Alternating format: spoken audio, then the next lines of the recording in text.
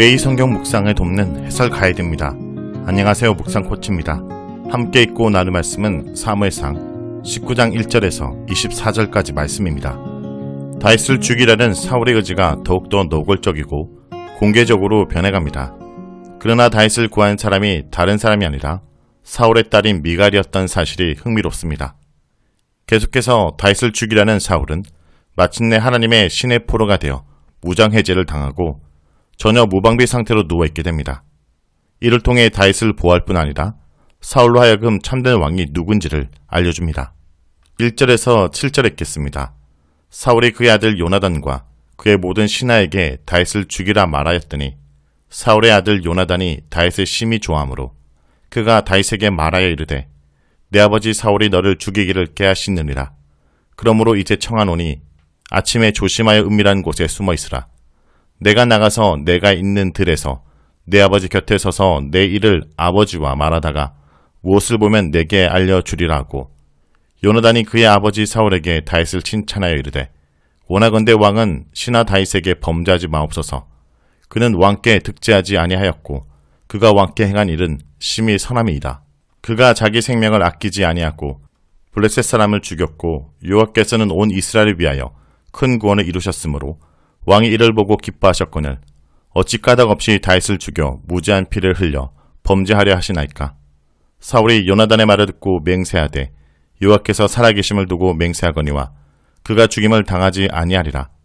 요나단이 다윗을 불러 그 모든 일을 그에게 알리고 요나단이 그를 사울에게로 인도하니 그가 사울 앞에서 전과 같이 있었더라.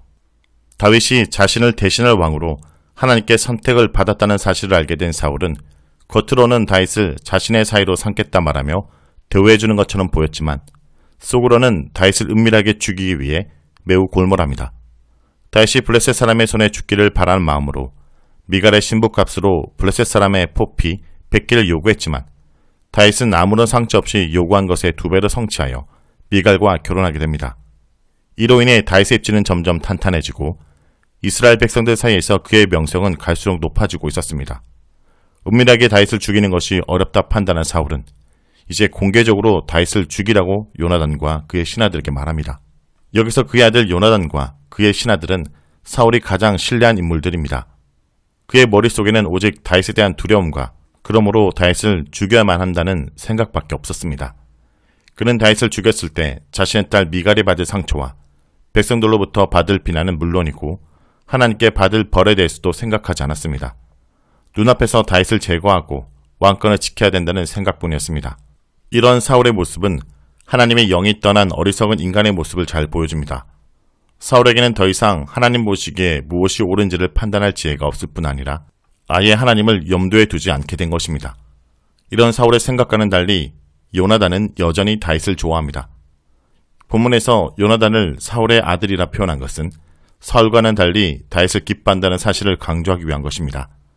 여기서 요나단이 다윗을 기뻐한다고 표현한 것은 18장 22절에도 나오는 표현으로 거기서는 사울이 다윗을 기뻐하는 것처럼 말하고 속이는 상황에서 사용했지만 이 부분에서는 진심으로 요나단이 다윗을 기뻐한다고 표현하여 사울과 요나단의 대조를 보여주고 있습니다. 사울은 요나단이 자기의 아들이기 때문에 자신의 말을 들을 것이라고 믿고 다윗 제거 명령을 하였는데 요나단은 완전히 다른 생각을 품고 있었습니다. 요나단은 이 사실을 즉시 다윗에게 알려줍니다. 아버지가 다윗을 죽이려고 찾고 있으니 아침에 조심하고 잘 숨어 있으라고 간절히 부탁합니다. 3절에서 요나단은 자신이 다윗을 위해 어떻게 움직일지를 자세히 설명합니다. 여기서 나는 대명사와 나의 아버지라는 단어를 반복적으로 사용하여 자신은 자신의 아버지와는 달리 다윗을 위하고 있다는 사실을 강조합니다. 요나단은 아버지의 편에 있는 것처럼 아버지 옆에 서서 상황을 지켜보다가 일이 어떻게 돌아가는지 다윗에게 알려주겠다 말합니다. 그는 아버지와 다윗의 갈등 상황에서 아버지인 사울보다 다윗의 편에 서서 다윗을 도와주고 있었습니다. 요나단은 다윗에게는 조심하라 말한 뒤 사울에게 가서 다윗에 대해 좋게 말합니다. 다윗을 왕의 종이라 부르며 다윗이 죽여야 될 원수가 아니라 사울의 충성스러운 종이라는 사실을 상기시킵니다. 다윗이 왕에게 죄를 범한 일이 없고 오히려 왕에게 선한 일을 많이 했다는 것을 이야기합니다.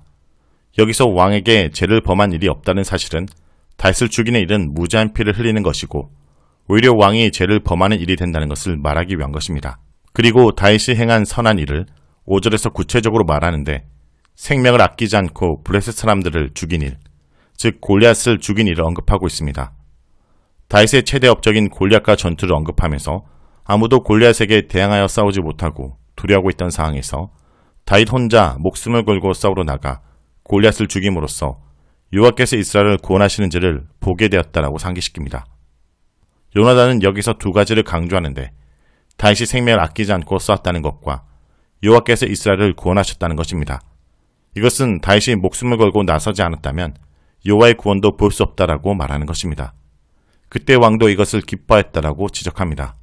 이런 다윗의 행동은 사울과 온 이스라엘을 구원한 행위이며 하나님께서 이스라엘을 보호하신다는 사실을 알려준 것이기 때문입니다.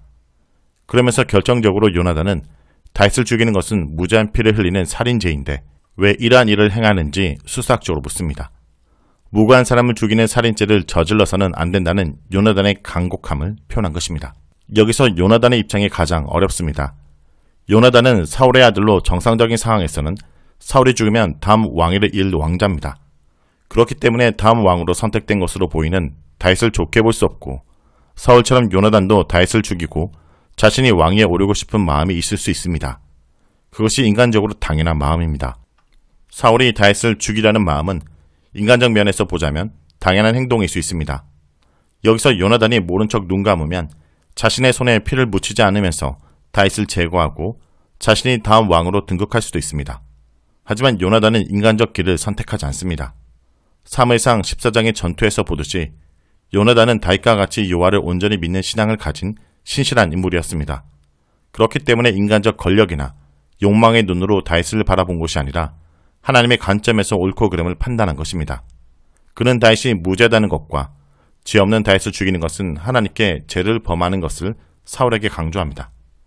그에게는 누가 왕이 되느냐 하는 것보다 하나님 앞에서 죄를 범하지 않고 신실하게 사는 것이 더 중요했습니다.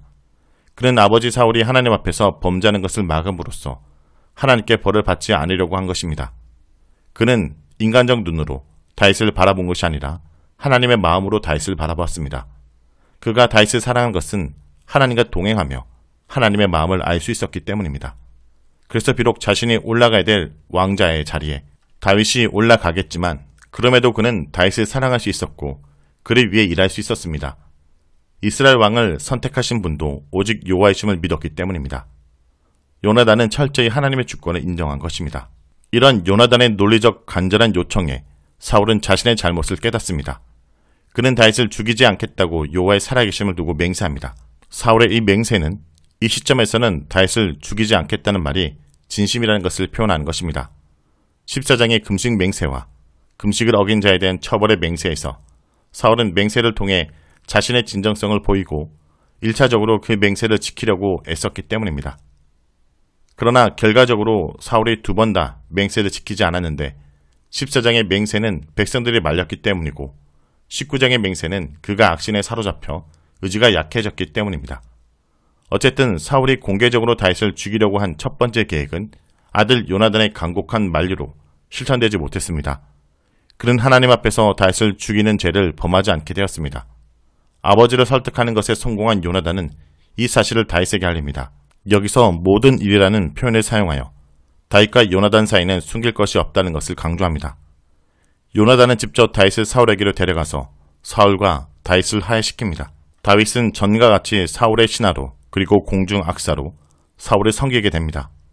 이렇게 순조롭게 일이 일단락된 것 같습니다. 하지만 18장 29절에서 사울은 다윗을 평생 원수로 여겼다는 표현에서 사울과 다윗의 아이는 일시적이라는 것을 암시하고 있습니다. 8절에서 17절에 있겠습니다. 전쟁이 다시 있으므로 다윗이 나가서 블레셋 사람들과 싸워 그들을 크게 쳐 죽이매 그들이 그 앞에서 도망하니라. 사울이 손에 단창을 가지고 그의 집에 앉을 때 여호와께서 부리시는 악령이 사울에게 접하였으므로 다윗이 손으로 수금을 탈 때 사울이 단창으로 다윗을 벽에 박으려고 하였으나 그는 사울 앞을 피하고 사울의 창은 벽에 박힌지라. 다윗이 그 밤에 도피하매 사울이 전령들을 다윗의 집에 보내어 그를 지키다가 아침에 그를 죽이게 하려 한지라. 다윗의 아내 미갈이 다윗에게 말하 이르되 당신이 이 밤에 당신의 생명을 구하지 아니하면 내일에는 죽임을 당하리라 하고 미갈이 다윗을 창에서 달아내리매 그가 피하여 도망하니라. 미갈이 우상을 가져다가 침상에 누이고 염소털로 엮은 것을 그 머리에 씌우고 의복으로 그것을 덮었더니 사울이 전령들을 보내어 다윗을 잡으려 하매 미갈이 이르되 그가 병들었느니라. 사울이 또 전령들을 보내어 다윗을 보라 하매 이르되 그를 침상째로 내게로 들고 오라. 내가 그를 죽이리라. 전령들이 들어가 본즉 침상에는 우상이 있고 염소털로 엮은 것이 그 머리에 있었더라. 사울이 미갈에게 이르되 너는 어찌하여 이처럼 나를 속여 내 대적을 놓아 피하게 하였느냐. 미갈이 사울에게 대답하되 그가 내게 이르기를 나를 놓아가게 하라. 어찌하여 너를 죽이게 하겠느냐 하더이다 하니라. 사울이 다윗을 죽이기 위해 전전긍긍하다 마음을 가라앉히고 있을 때 다시 블레셋과의 전쟁이 일어나고 다윗은 군대 장관으로서 전투에 나가서 블레셋 사람들과 싸워 크게 이깁니다. 블레셋 사람들은 다윗 앞에서 도망하였습니다. 다윗은 이스라엘 왕 사울을 대신하여 전쟁하며 이스라엘을 구원하였습니다. 하지만 다윗의 승리는 간신히 눌러뒀던 다윗을 죽이라는 사울의 마음을 다시 살아나게 만들었습니다. 다윗이 크게 승리하고 예루살렘으로 돌아오자 다시 이스라엘 여인들은 다윗을 위해 승전가를 불러주었고 사울은 그 소리가 매우 불쾌했습니다. 사울은 자신의 집에 있고 자신의 단창을 손에 들고 있었으며 다윗은 손에 수금을 들고 사울에게 연주하고 있는 상황이었습니다. 그때 사울에게 여호와의 악령이 임합니다. 사울은 다윗을 벽에 박기 위해 창을 던졌습니다. 이 부분에서 사울이 다윗에게 단창을 던진 것은 악령이 임한 후의 일입니다. 제정신이 아닌 상태에서 사울은 자신의 한 맹세를 어기고 다시 다윗을 죽이려고 창을 던진 것입니다. 본문은 다윗을 죽이려는 사울의 행동을 모두 여호와의 악령 탓으로만 돌리고 있지는 않습니다. 사울은 이미 자신의 집에 심신의 안정을 주기 위해 무방비 상태로 수금을 타고 있는 다윗을 보면서 손에 창을 들고 있었습니다. 이것은 사울이 또 승전하고 온 다윗을 보면서 죽일까 말까를 고민하고 있었다는 것을 보여줍니다. 이렇게 고민하던 차에 악령이 맞아 사울은 정신을 놓고 다윗에게 창을 던진 것입니다. 사울이 다윗을 죽이려 한 것은 자신의 의지로 한 것이 아니라 자신의 맹세를 어긴 행동이었습니다. 그러나 제정신이 아닌 사울이 창을 던졌지만 다윗을 맞추지 못하였고 다윗은 그 앞에서 도망칠 수 있었습니다. 사울은 도망한 다윗을 잡기 위해 전령들을 다윗의 집으로 보냅니다. 실제로는 다윗을 죽일 병사들을 보낸 것입니다. 11절을 보면 사울이 다윗을 잡기 위해 혈안이 된 모습을 보면 지극히 정상적입니다. 이는 다윗을 죽이라는 것이 단순히 악령 때문만은 아니라는 것을 보여줍니다. 사울은 전령들로 하여금 다윗의 집을 포위하고 밤새 지키다가 아침에 다윗이 집 밖으로 나오는 순간 죽이도록 하였습니다. 그런데 그 사실을 알게 된 미갈은 다윗에게 이런 위험한 상황을 전하며 창으로 도망가게 합니다. 다윗은 그 길로 멀리 도망갑니다. 집에 남은 미갈은 다윗이 도망갈 시간을 벌어주기 위해 우상 드라빔을 침상에 누이고 염소털로 머리카락을 만들고 옷을 입혀 다윗이 자고 있는 것처럼 꾸밉니다. 미갈은 사울이 보낸 전령들에게 다윗이 병들었다라고 핑계를 댑니다. 하지만 사울은 그것이 참인지 확인해 보라고 다시 전령을 보내고 만일 병든 것이 사실이라면 자신이 죽일 것이니 침상째에 데려오라고 명령합니다. 명령을 받은 전령들이 집에 들어가 확인하니 누워있는 것은 다윗이 아니라 미갈이 꿈에 넣은 우상이라는 것을 알게 됩니다. 이렇게 미갈은 기지를 발휘하여 다윗이 자기 아버지의 손에 도망할 수 있도록 도왔습니다. 이런 미갈을 보고 사울은 화를 내며 어떻게 자신을 속여 자신의 원수를 도망가게 하였냐 야단을 칩니다. 본문은 미갈에 대해 사울의 딸이라는 표현을 전혀 사용하지 않고 있습니다. 오히려 11절에서 미갈을 다윗의 아내라고 부르고 있습니다. 이런 표현들을 통해서 미갈은 사울의 딸이 아닌 오직 다윗의 아내로서 행동했다는 것을 알려줍니다. 하지만 사울은 미갈이 자신의 딸로서 행동하지 않았다고 화를 내는데 이는 다윗이 자신의 딸 미갈의 남편이라는 사실을 전혀 염두에 두고 있지 않기 때문입니다.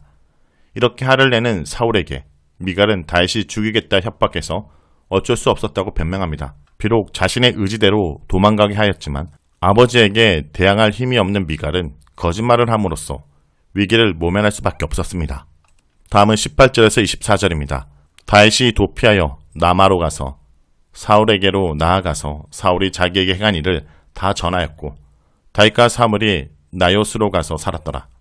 어떤 사람이 사울에게 전하여 이르되 다윗이 라마 나요스에 있었더이다 하매 사울이 다윗을 잡으러 전령들을 보내었더니 그들이 선지자 무리가 예언하는 것과 사물이 그들의 수령으로 선 것을 볼 때 하나님의 영이 사울의 전령들에게 임하매 그들도 예언을 한지라. 어떤 사람이 그것을 사울에게 알림해 사울이 다른 전령들을 보내었더니 그들도 예언을 했으므로 사울이 세 번째 다시 전령들을 보내었더니 그들도 예언을 한지라. 이에 사울도 라마로 가서 세구에 있는 큰 우물에 도착하여 물어 이르되 사무엘과 다윗이 어디 있느냐. 어떤 사람이 이르되 라마 나요스에 있나이다. 사울이 라마 나요스로 가니라. 하나님의 영이 그에게 임하시니 그가 라마 나요스에 이르기까지 걸어가며 예언을 하였으며 또 그가 그의 옷을 벗고 사무엘 앞에서 예언을 하며 하루 밤낮을 벗은 몸으로 누웠더라. 그러므로 속담에 이르기를 사울도 선지자 중에 있느냐 하니라. 사울에게 도망간 다윗은 라마에 있는 사무엘에게 갑니다. 사무엘은 자신에게 기름을 부어 다음 왕이 될 것을 알려준 선지자로 당장에 그가 의지할 사람은 사무엘밖에 없었습니다. 다윗은 사무엘의 도움을 받으려고 사울이 자기에게 행한 모든 일을 이야기했습니다. 모든 말을 들은 사무엘은 다윗을 데리고 라마 근처의 거주지로 데리고 가서 숨어 살게 해주었습니다. 하지만 다윗이 라마 나요스에 있다는 사실이 사울에게 전해집니다. 사울은 나중에라도 다윗이 어디로 갔는지에 대한 정보는 늘 들을 수 있었는데 이것은 사울이 다윗을 찾기 위해 백방으로 사람들을 풀었다는 것을 의미합니다. 다윗이 있는 곳을 알아내자 사울은 바로 다윗을 잡기 위해 전령들을 보냅니다. 그런데 전령들이 다윗을 잡으러 라마 나요스에 갔을 때 놀라운 일이 벌어집니다. 전령들이 예언하는 선지자 무리와 그들을 지도하는 사무엘을 보았을 때 그들에게도 하나님의 영이 임하였고 그들은 자신에 대한 조절 능력을 상실한 채 황홀경 또는 강란의 상태에 빠지게 됩니다. 일반적으로 성경에 말하는 예언은 의식이 분명하고 자신에 대한 조절 능력을 가지고 있는 상태에서 하나님의 말씀을 듣고 예언한 것을 말합니다. 그러므로 전령들의 상태는 일반적인 예언의 상태가 아닌 비정상적인 황홀경에 빠져있는 상태입니다. 이전의 10장에서도 사울도 하나님의 영이 임했을 때 이러한 상태에 빠진 적이 있습니다. 전령들은 황홀경에 빠져 더 이상 사울의 명령을 수행할 수 없게 되었습니다. 하나님께서는 생각지도 못한 방법으로 다윗을 보호해 준 것입니다. 이런 소식이 또다시 사울에게 전해집니다. 그러자 사울은 또다시 전령을 보내지만 그들도 이전 전령들과 마찬가지로 사울의 근처만 가면 하나님의 영을 받고 황홀경에 빠지게 됩니다. 그리고 이런 일이 3번이나 반복됩니다. 즉 사울이 보내는 사람을 사무엘이 모두 무력화한 것입니다. 사울은 왕이 되기 전에 자신도 이렇게 하나님의 영에 사로잡혀 황홀경에 예언하던 경험이 있었기 때문에 지금 일어나고 있는 일이 하나님께서 역사하셔서 다윗을 보호하고 계시다는 것을 알 수 있었습니다. 그런데도 하나님께서 보내신 경고를 받아들이지 않고 자신이 직접 다윗을 잡기 위해 나섭니다. 사울은 라마에 있는 큰 우물에 도착하였는데 아마 이곳은 사울이 사무엘을 만나기 위해 라마로 왔을 때 3명의 젊은 여자들이 사무엘이 어디 있는지 알려주었던 곳으로 여겨집니다. 다시 이곳에 왔고 여기서 다시 사무엘이 어디 있는지를 묻습니다. 동일한 장소에서 동일한 행동을 하는 사울의 모습을 통해 사울이 많이 변했다는 사실을 깨닫게 해줍니다. 사울은 결국 라마 나요스로 가게 되었는데 전령들과 다르게 라마 나요스로 가는 길에 하나님의 영이 임하였고 거기서부터 황홀경에 빠져 라마 나요스에 가게 됩니다. 24절에서 사울이 황홀경에 빠진 모습이 거의 실성한 사람처럼 보인다라고 설명합니다. 벌거벗었다라는 것은 그가 수치심도 느끼지 못한 만큼 이성을 상실한 상태라는 것입니다. 10장에서 하나님의 영을 받았을 때는 비록 같은 황홀경에 있더라도 하나님의 힘을 느끼고 새로운 마음을 얻고 하나님의 선택을 받은 왕으로서 희망을 가진 상태였지만 지금은 실성한 사람처럼 추해 보입니다.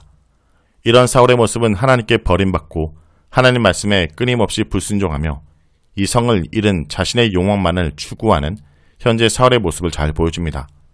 이렇게 하나님의 영에 사로잡혀 실성한 모습으로 하루를 지내는 동안 다윗은 다시 라마에서 도망갑니다. 하나님께서 사울을 하나님의 영으로 사로잡아 다윗이 도망갈 시간을 벌어주신 것입니다. 자, 여기까지가 사무엘상 19장 1절에서 24절까지 말씀입니다. 오늘 말씀을 통해 우리는 무엇을 묵상하고 적용해야 할까요? 죄는 처음에는 부끄러움을 느끼게 하지만 나중에는 마비가 되어 수치를 잊게 합니다. 오늘 본문의 사울의 모습은 한 사람을 향한 미움이 다른 사람을 파괴시키는 강기로 이어질 수 있다는 것을 보여줍니다. 질투심은 시간이 흐르면서 증오심으로 변할 수 있습니다. 이 증오심을 방치하면 그것에 지배받게 됩니다. 사람을 향한 미움이 극에 달하면 나중에 부끄러움을 느끼지 못하는 지경에 이를 수 있습니다.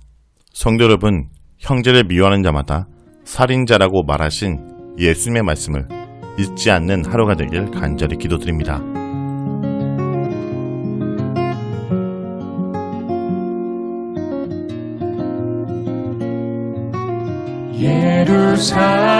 예루살렘아 여호와를 찬송할지어다. 내 하나님을 감사함으로 그 앞에 나가며 주 임재 앞에 경배해.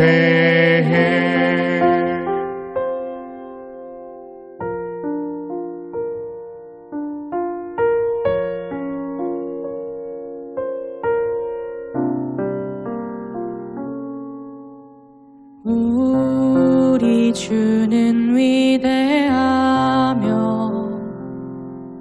능력이 많으시도다.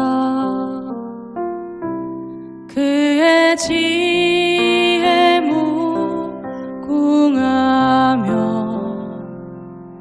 인자는 영원하도다. 상한 자들 고치시며 상처를 싸매시도다. 별들의 수를 세시며 이름을 붙이셨도다. 그가 구름으로 하늘을 덮으시며 땅을 위하여 비 준비하시니 예루살렘아 여호와를 찬송할지어다. 내 하나님을 감사함으로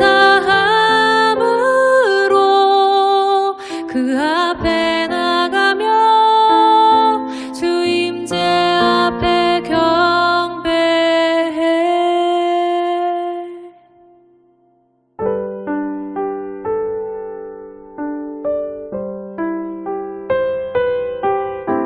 상한 자를 고치시며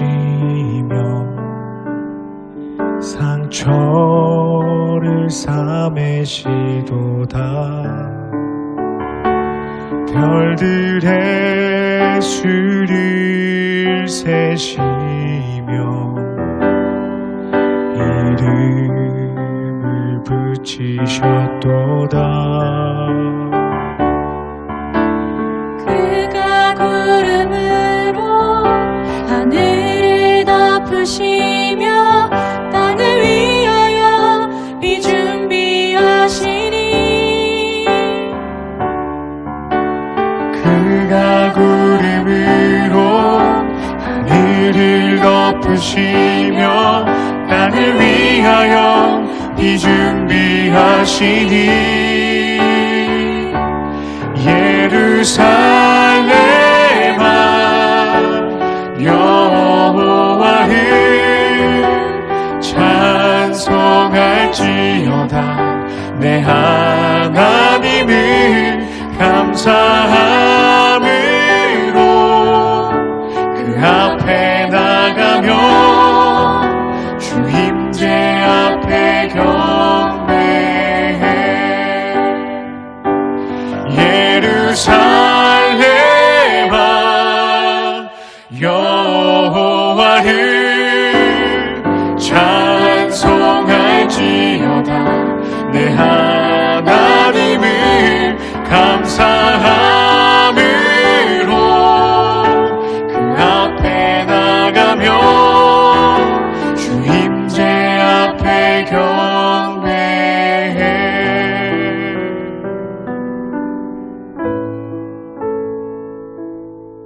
주 임재 앞에 경배해.